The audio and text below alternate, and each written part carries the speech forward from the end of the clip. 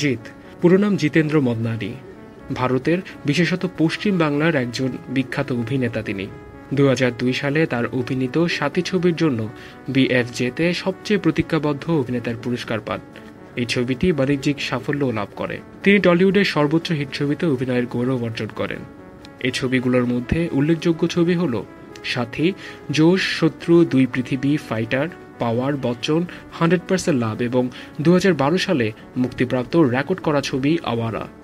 তিনি 2012 সালের আলোড়নতুল্য অ্যাওয়ার্ড পান এই আওয়ারা ছবিতে অভিনয়ের জন্য। বর্তমানে তিনি বাংলা ছবির অন্যতম সুপারস্টার। তিনি প্রথমে সেন্ট জোসেফ অ্যান্ড মারি স্কুল, নিউ আলিপুর ও পরে ন্যাশনাল হাই স্কুলে পড়াশোনা করেন। তিনি কলকাতা বিশ্ববিদ্যালয় কর্তৃক পরিচালিত ভবানীপুর এডুকেশন সোসাইটি কলেজ হতে গ্র্যাজুয়েট করেন। পরে যোগদান করেন পারিবারিক ব্যবসায়। তবে সৃজনশীল কাজের প্রতি তার বরাবরই ছিল ভীষণ উৎসাহ। মাঝে মধ্যে তিনি বিখ্যাত অভিনেতাদের অভিনয় অনুকরণ করার চেষ্টা করতেন। তার বন্ধু রাজেশ চৌধুরী সৃজনশীল দুনিয়ায় তার ভাগ্য পরীক্ষা করতে বলেন। এরপর তিনি বিভিন্ন কাজে যোগদান করেন, বিভিন্ন সিরিয়ালে, যেমন বিষবৃক্ষ এ তারাচরণ চরিত্রে, জননীয়ে অনিল চরিত্রে সহ আরও অনেক সিরিয়ালে অভিনয় করেন। এরপর তিনি মুম্বাই যান এবং তার উদ্দেশ্যে কোনো প্রকার বাধা ছাড়াই 5 বছর সেখানে থাকেন। ছুটিতে কলকাতায় আসার পর তিনি বিভিন্ন পরিচালক ও প্রযোজকদের সাথে দেখা করেন। প্রসিনিয়াম আর্ট সেন্টার নামক এক প্রতিষ্ঠানের সাথে যুক্ত হন কিছুদিনের জন্য। এই প্রতিষ্ঠানে তিনি বিভিন্ন ইংরেজি নাটকে অভিনয় করতেন। তারপর তিনি আবার মুম্বাই যান। এবার এক তেলুগু ছবিতে অভিনয়ের সুযোগ পান। 2001 সালে মুক্তিপ্রাপ্ত এই ছবির নাম ছিল জাদু। এর পরিচালক ছিলেন দক্ষিণ ভারতীয়। এই ছবিটি তাকে তেমন একটা পরিচয় এনে দিতে পারেনি। 2001 সালের অক্টোবরে তিনি আবার কলকাতায় আসেন। এবার পরিচালক হরনাথ চক্রবর্তীর কাছ থেকে দেখা করার প্রস্তাব পান NT1 স্টুডিওতে।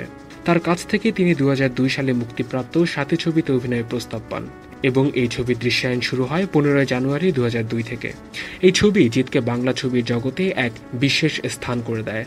তার স্বাভাবিক কিন্তু ভাষা সমৃদ্ধ অভিনয় দ্রুতই তাকে বাংলা চলচ্চিত্র প্রেমীদের হৃদয়ে স্থান করে দেয়। যদিও তিনি রোমান্টিক চরিত্রে অভিনয় শুরু করেন, ক্রমশ তিনি একজন অ্যাকশন হিরো হিসেবে আত্মপ্রকাশ করেন। 2005 সালে থামস আপের করা এক বিজ্ঞাপন তার জনপ্রিয়তাকে অনেকটা বাড়িয়ে দেয়। 2012 সালে তিনি একজন সফল প্রযোজক হিসেবে সমাদৃত হন তার অভিনীত 100% লাভ ছবিটি প্রযোজনার মাধ্যমে। তার পরের ছবি আওয়ারা আগের অনেক রেকর্ড ভেঙে নতুন রেকর্ড করে। এর মাঝে শ্রাবন্তীর বিপরীতে অভিনীত দেওয়ানা এবং শুভশ্রী গাঙ্গুলির বিপরীতে অভিনীত বস ছবিগুলো বেশ জনপ্রিয়তা পায়। 24 জানুয়ারি 2011 সালে স্কুল শিক্ষিকা মোহনা রতলানিকে বিয়ে করেন তিনি। 12 ডিসেম্বর 2012 সালে হন কন্যা সন্তানের জনক। মেয়ের নাম নবনা। বর্তমানে তিনি আলোচনায় আছেন ভারত ও বাংলাদেশের যৌথ প্রযোজনা ছবি বাদশাহ দ্য ডন নিয়ে। LTVর সাথে থাকার জন্য সবাইকে ধন্যবাদ।